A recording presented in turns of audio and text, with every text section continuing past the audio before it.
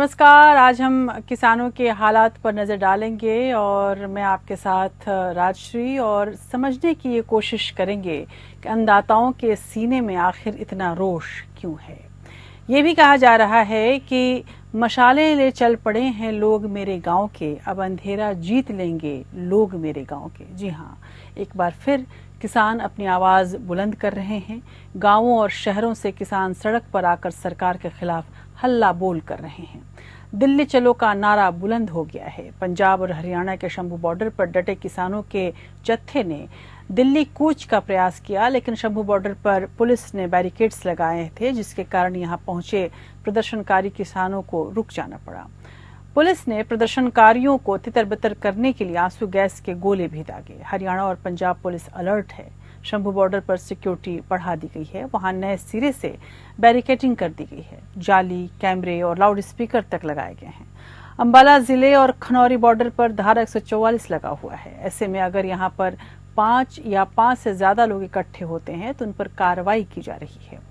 किसान केंद्र पर फसलों के लिए न्यूनतम समर्थन मूल्य की कानूनी गारंटी देने की मांग को लेकर विरोध प्रदर्शन कर रहे हैं। इस बार के किसान आंदोलनकारी ज्यादातर पंजाब के ही हैं, जहां अमीर किसानों का बोलबाला रहता है। कहा यह जा रहा है कि अमीर किसान वर्ग अपना हित साधने के लिए इस आंदोलन की अगुवाई कर रहा है। ये पंजाब ही है जो एमएसपी का भरपूर फायदा अब तक उठाता आया है। हरियाणा, पंजाब से ही पराली की समस्या के कारण किसानों पर कार्रवाई भी हुई थी। यहाँ के पैदावार को धान या चावल के अलावा दूसरे अन्न पर विस्तार करने की भी पेशकश सुप्रीम कोर्ट से की गई है। इन सभी कारकों को देखें तो हरियाणा, पंजाब के किसान का जो पूरा समूह है वो असुरक्षित महसूस कर रहा है। आंदोलन को यहीं से तेजी भी मिली है। आज छोटे किसान अगर देखा जाए तो लगातार तंगी झेल रहे हैं। इनकी क्या कोई वाकई सुन रहा है? इन हालातों में बीजेपी के उस वायदे को याद करना लाजमी है जिसमें कहा गया था कि 2022 तक किसानों की आय को दोगुना कर दिया जाएगा। सवाल ये है कि सरकार किसानों के लिए क्या कर रही है और किसानों की स्थिति में बदलाव आखिर क्यों नहीं आ रहा?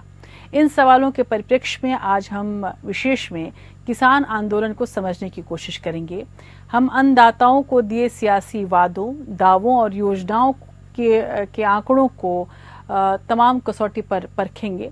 तो शुरू करते हैं आज का विशेष सड़क पर अन्नदाता।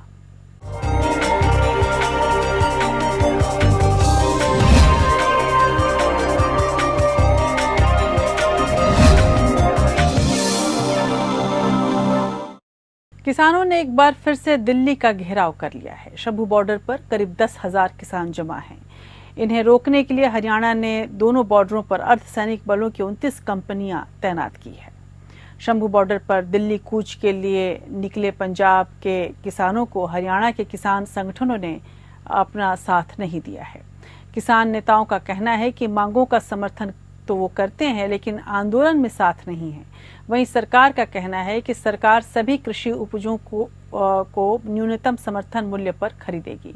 बहरहाल किसान अपने मुद्दों के समाधान के लिए केंद्र से बातचीत शुरू करने के लिए भी दबाव डाल रहे हैं। देखिए पूरे घटनाक्रम पर ये रिपोर्ट।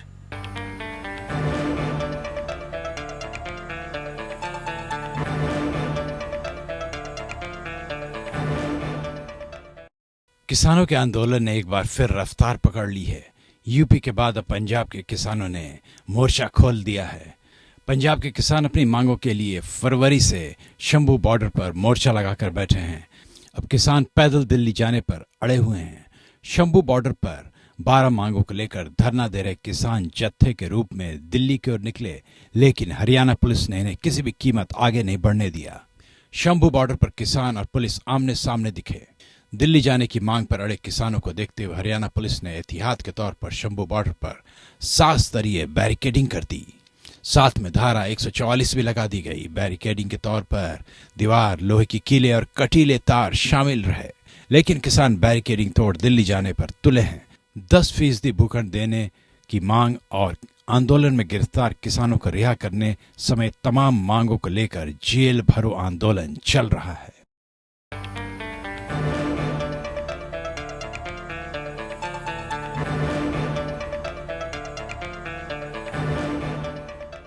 आइए एक नजर डालते हैं किसानों की मांग पर।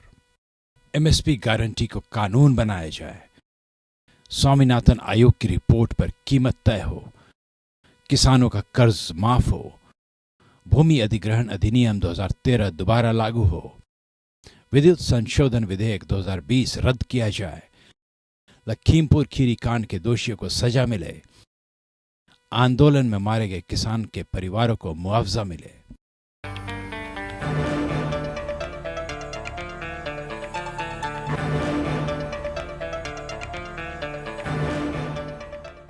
उधर हरियाणा सरकार की ओर से शंभू बॉर्डर पर धारा 144 का नोटिस चिपका दिया गया है। इसके तहत 5 और इससे अधिक लोगों के इकट्ठा होने पर रोक लगा दी गई है। वही किसानों ने कहा है कि वे किसी भी कीमत पर दिल्ली में घुसेंगे और सरकार को अपनी मांगे मानने के लिए मजबूर करेंगे। लेकिन सवाल यही है कि आखिर किसानों को बार बार आंदोलन की राह क्यों पकड़नी पड़ रही है?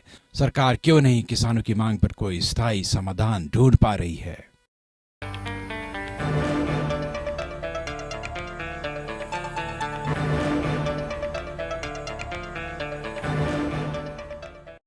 दरअसल 2020 में जब 3 नए कृषि कानून अध्यादेश के जरिए लागू किए गए, तभी से ये किसान आंदोलन कर रहे हैं। किसानों ने उस दौरान लगातार 1 साल तक आंदोलन किया और 1 साल पूरे होने से कुछ दिन पहले पीएम मोदी ने तीनों कानूनों को वापस लेने का ऐलान कर दिया।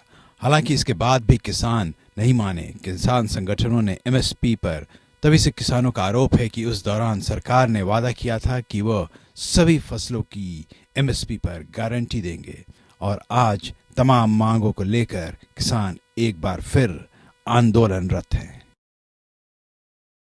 Bureau report.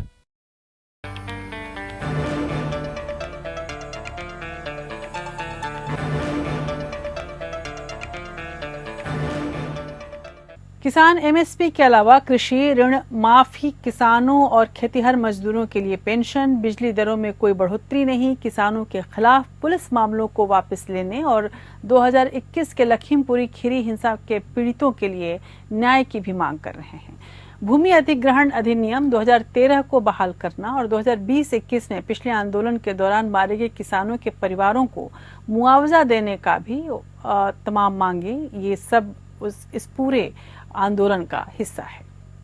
उधर यदि इस पूरे हालात पर देखा जाए तो मैथिली शरण गुप्त की चंद पंक्तियां याद आती हैं। हो जाए अच्छी भी फसल पर लाभ कृषकों को कहाँ, खाते खवाई बीज ऋण से है रंगे रखे जहां, आता महाजन के यहाँ वह अन्न सारा अंत में अधपेट खाकर फिर उन्हें कापना है हेमंत में। जी हाँ, अच्छी भी फसल हो पर लाभ कृषकों को कहाँ मिलता है। ये लाइन हमें एमएसपी के मसले पर भी लेके आता है। किसानों के मुख्य मांग है एमएसपी या न्यूनतम समर्थन मूल्य को कानूनी गारंटी देने की। आज जहां मोदी सरकार तमाम गारंटियां दे रही है, वहीं एमएसपी की गारंटी क्यों नहीं दी जा रही? सरकार ने 2 साल पहले 3 विवादित कृषि कानूनों को वापस लेकर किसानों का धरना प्रदर्शन खत्म करा दिया था, लेकिन किसानों की एक सबसे अहम मांग फसलों पर एमएसपी की गारंटी अभी भी पूरी नहीं हुई है। इस कारण से तमाम किसान संगठनों ने एक बार फिर से सरकार के खिलाफ हल्ला बोला है। आइए समझते हैं आखिर एमएसपी क्या है और किसान क्यों इसकी गारंटी चाहते हैं।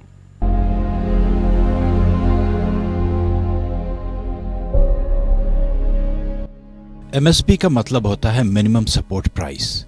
हिंदी में न्यूनतम समर्थन मूल्य इसे कहते हैं।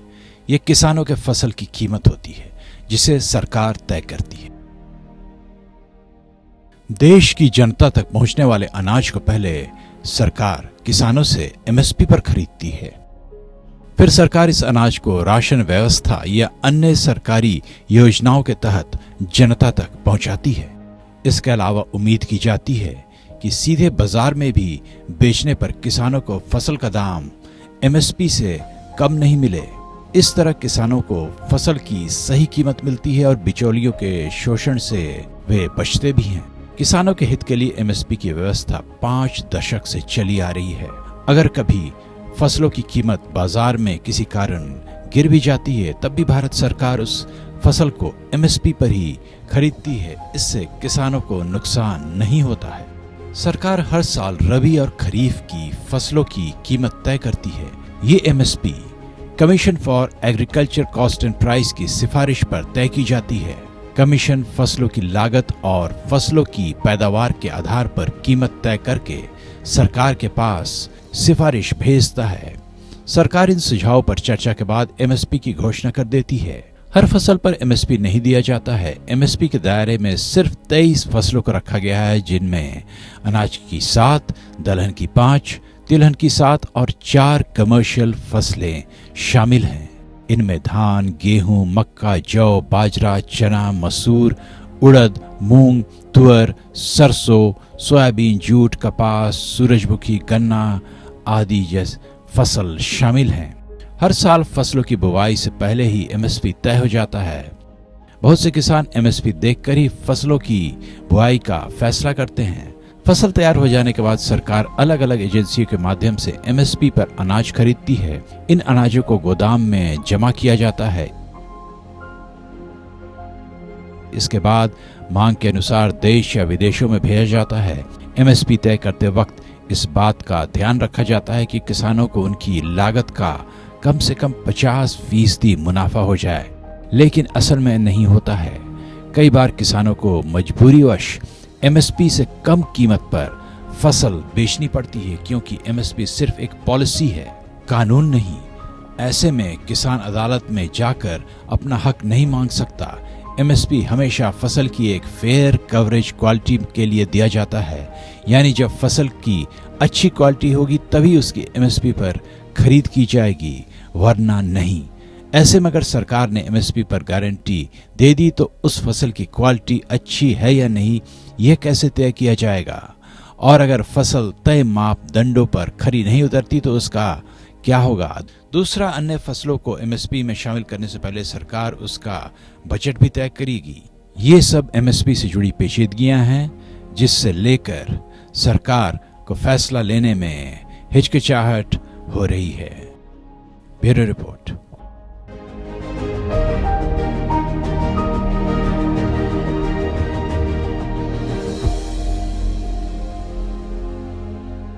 सवाल ये भी है कि आखिर कितना कमाते हैं हमारे किसान। प्रदर्शन के बीच अन्नदाताओं की आय पर चौंकाने वाली रिपोर्ट भी सामने आई है।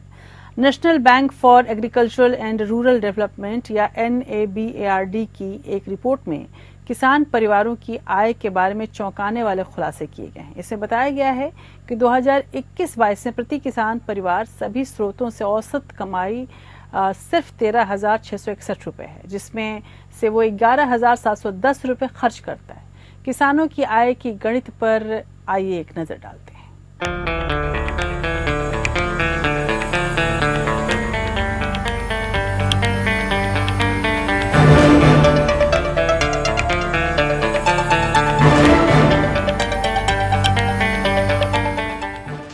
किसान हाड़तोड़ मेहनत करता है, लेकिन फसल तैयार होने के बाद उसके हाथ काफी कुछ नहीं बचता। अन्नदाता के हाथ खाली ही रह जाते हैं। हाल ही में national bank of agriculture and rural development या नाबार्ड की एक रिपोर्ट में किसान परिवारों की आय के बारे में चौंकाने वाले खुलासे किए गए हैं।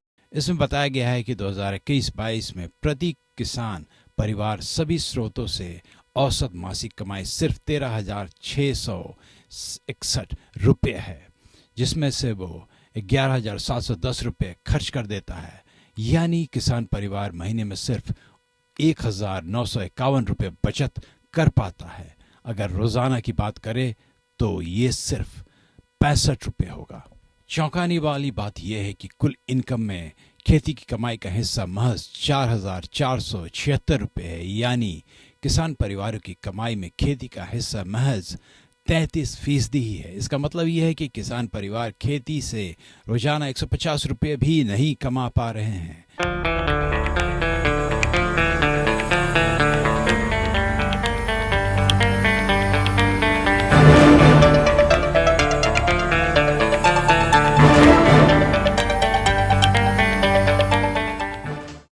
महंगाई के इस जमाने में यही किसानों की कमाई का कड़वा सच है। दिलचस्प बात यह है कि कृषि परिवारों का खर्च गैर कृषि परिवारों के मुकाबले ज्यादा है। गैर कृषि परिवारों का मासिक खर्च 10,675 रुपये, जबकि खेती करने वाले परिवारों का खर्च 11,710 रुपये प्रति माह है। नाबार्ड ने यह सर्वे 30 राज्यों के 710 जिलों के 1 लाख परिवारों के बीच किया। वहीं देश के सिर्फ 9.1% परिवारों के पास ट्रैक्टर है, यानी 61.3% कृषि परिवारों के पास दुधारू पशु जरूर है। प्रति परिवार भूमि जोत का औसत आकार 2021-22 में सिर्फ 0.74 हेक्टेयर ही रह गया है।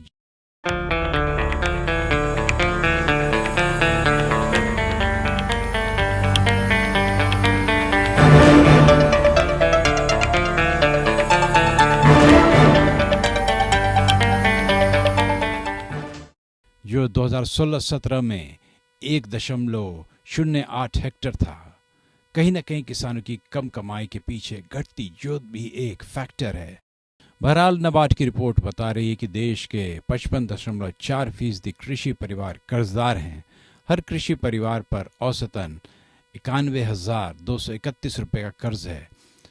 23.4% किसान अब भी बैंकों से अलग दूसरे स्रोतों से लोन ले रहे हैं।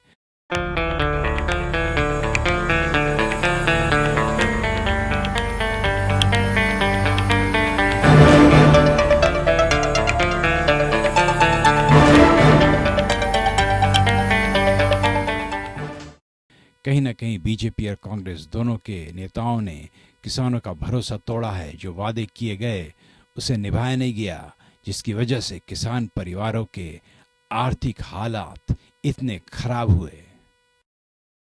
Bureau report. हम बात अन्नदाताओं की कर रहे हैं। गांधी जी ने कहा था कि किसानों को पूरा दाम न मिले या उन्हें कम दाम मिले, ऐसा तो कभी और कतई होना ही नहीं चाहिए। उनकी सोच थी कि अगर मेरी चले तो हमारा गवर्नर जनरल किसान को बनाया जाए, क्योंकि यहाँ का राजा किसान ही है। गांधी जी किसान के संघर्ष और उसके महत्व दोनों से अच्छी तरह से परिचित थे और उसकी बहुत कद्र करते थे। देश में किसान आंदोलन का इतिहास काफी पुराना है। खेड़ा में गांधी जी ने अपने पहले किसान सत्याग्रह की शुरुआत की थी और गांधी ने खेड़ा के कुनबी पाटीदार किसानों ने सरकार से लगान में राहत की मांग की थी। किसान आंदोलन से ही देश के कई बड़े नेता उभरे हैं और किसान के असंतोष ने कई सरकारों की सत्ता को हिला दिया। हालिया दिनों में भी किसान आंदोलन ने सियासी सुर्खियां बटोरी। 2017 से 2018 में अब तक किसान आंदोलन ने सियासी एजेंडा को तय किया है। आइए नजर डालते हैं किसान आंदोलन के इतिहास पर।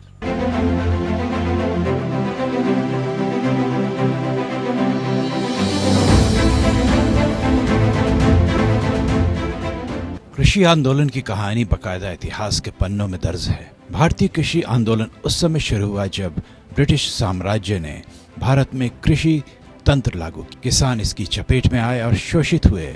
वे गैर मुनासिब करों के बोझ के तले दब गए। ब्रिटिश शासन में किसानों से अन्याय ने अन्नदाताओं के मन में गुस्सा भरा, जिसके बाद सही वक्त पर किसान आंदोलन की आंधी आई।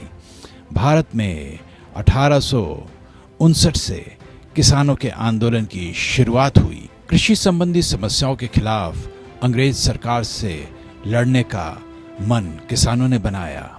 इस दौरान कूका संगठन के संस्थापक भगत जवाहर मल थे। 1872 में इनके शिष्य बाबा राम सिंह ने अंग्रेजों का कड़ाई से सामना किया। बाद में इन्हें कैद कर रंगून भेज दिया गया। राष्ट्रपति महात्मा गांधी ने भी किसानों के आंदोलन की अगुवाई की।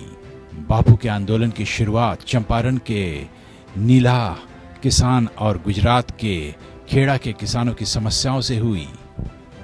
एक तरह से देखें तो बिहार के चंपारण के नीला आंदोलन के साथ ही महात्मा गांधी का भारत की आज़ादी की लड़ाई में पदार्पण भी हुआ।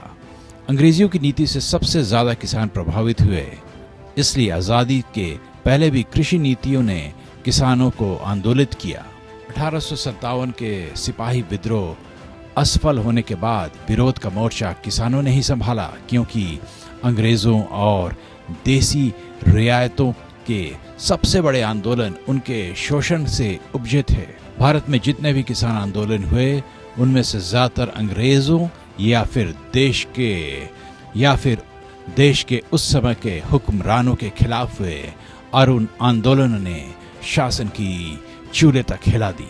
देश में आंदोलनकारी किसानों ने छापामार आंदोलन को तवज्जो दी। 1857 के प्रथम स्वतंत्रता संग्राम को देसी रियासतों की मदद से अंग्रेजों द्वारा कुचलने के विरोध की राख से आंदोलन की ज्वाला धधक पड़ी।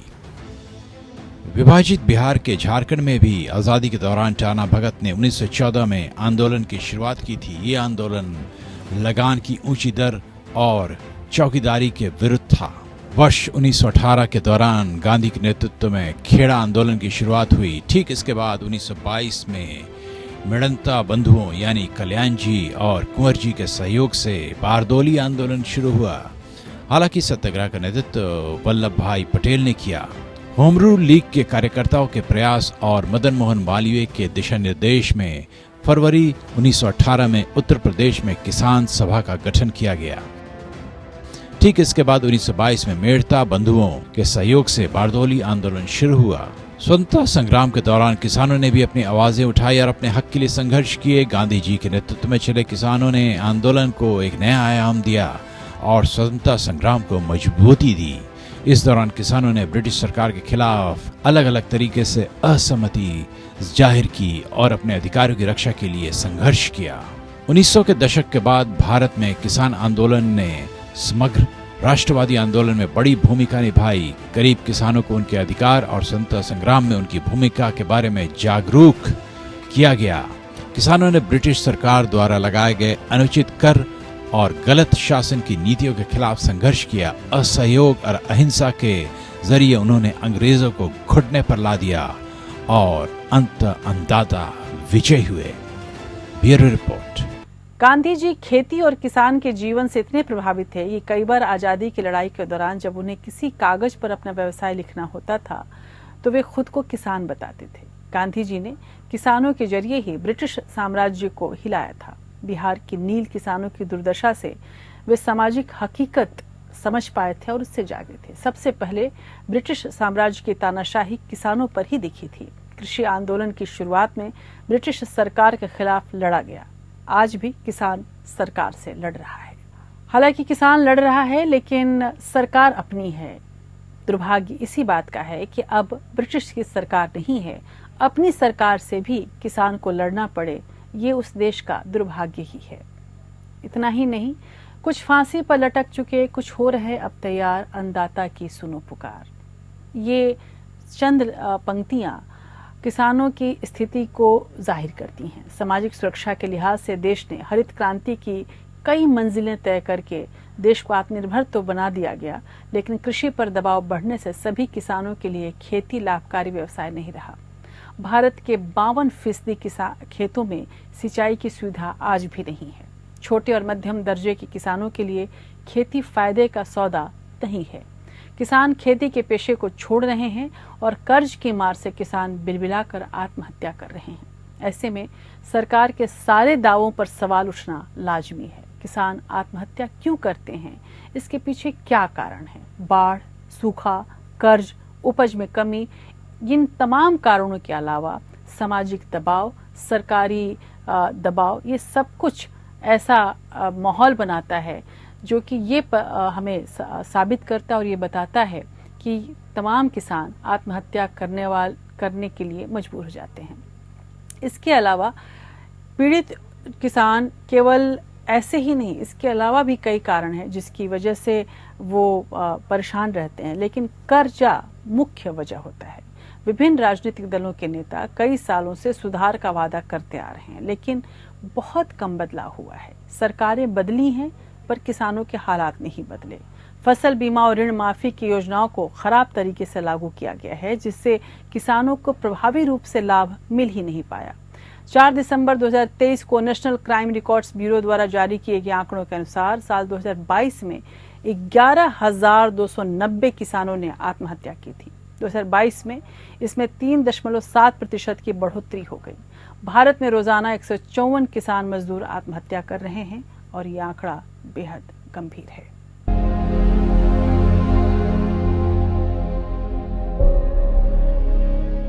किसानों की आत्महत्या के ये आंकड़े चौंकाने वाले हैं। जो हमें अन्न देता है आज वही मौत को गले लगाने के लिए मजबूर है। 2023 के नेशनल क्राइम रिकॉर्ड्स ब्यूरो द्वारा जारी किए गए आंकड़ों के अनुसार साल 2022 में 11,290 किसानों ने आत्महत्या की। अगर एनसीआरबी के साल 2021 के आंकड़े को देखें तो साल 2022 का आंकड़ा उससे भी ज्यादा है। साल 2021 में 10,281 किसानों ने अपनी जान ली। 2022 में इन आंकड़ों को जोड़े तो 2022 में इसमें 3.7% की बढ़ोतरी हुई। नेशनल क्राइम रिकॉर्ड्स ब्यूरो की एक और रिपोर्ट के अनुसार भारत में रोजाना 154 किसान मजदूर आत्महत्या कर रहे हैं, जो सरकार और देश दोनों के लिए काफी चिंताजनक है।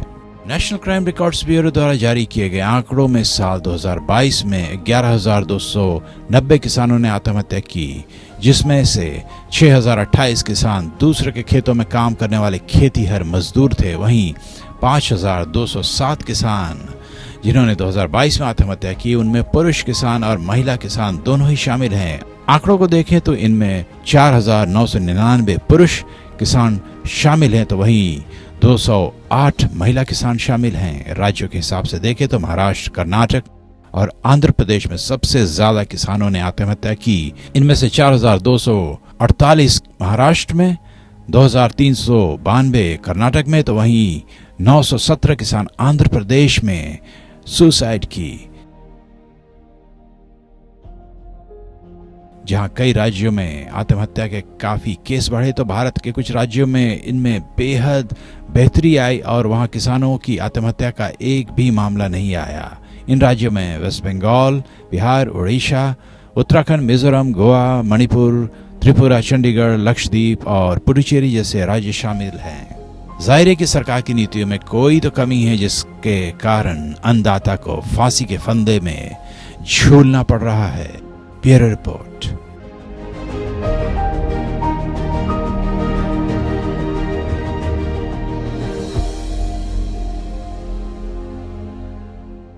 बहुत गीत लिखे, बहुत लेख छपे कि मैं बड़ा महान हूँ, पर दुर्दशा किसी ने न देखी मेरी, ऐसा मैं किसान हूँ। प्रधानमंत्री नरेंद्र मोदी 2014 के बाद से बार बार इस वादे को दोहराते रहे कि 2022 तक किसानों की आय दोगुनी हो जाएगी, लेकिन अब 2024 खत्म होने को है। किसानों की महानता की गाथाएं इस सरकार ने भी खूब गाई, लेकिन दुर्दशा का ध्यान आज तक उसे नहीं। आखिर ऐसा क्यों नहीं हुआ कि किसानों की आय को दोगुना किया जा सके? प्रधानमंत्री मोदी कोई जवाब देते हैं और नहीं बीजेपी कुछ बोल पाती है। इन हालातों में ज़रूरत है कि किसानों को दिए गए वायदों की हकीकत का जामा पहनाकर उनके सामने रखा जाए। छोटे किसानों के हालात को सुधारा जाए, जिससे उनकी हालत तो सुधरे ही, साथ ही देश की जो कृषि व्यवस्था है वो भी सही हो। किसानों को महज वोट बैंक न समझा जाए।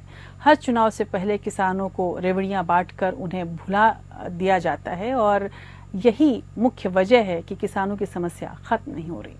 किसानों की मूल समस्याओं का जड़ से समाधान तभी हो पाएगा जब सरकार और समाज दोनों ही किसानों के प्रति संवेदनशील हो जाएंगे। तभी अन्नदाता संपन्न और संतुष्ट होंगे।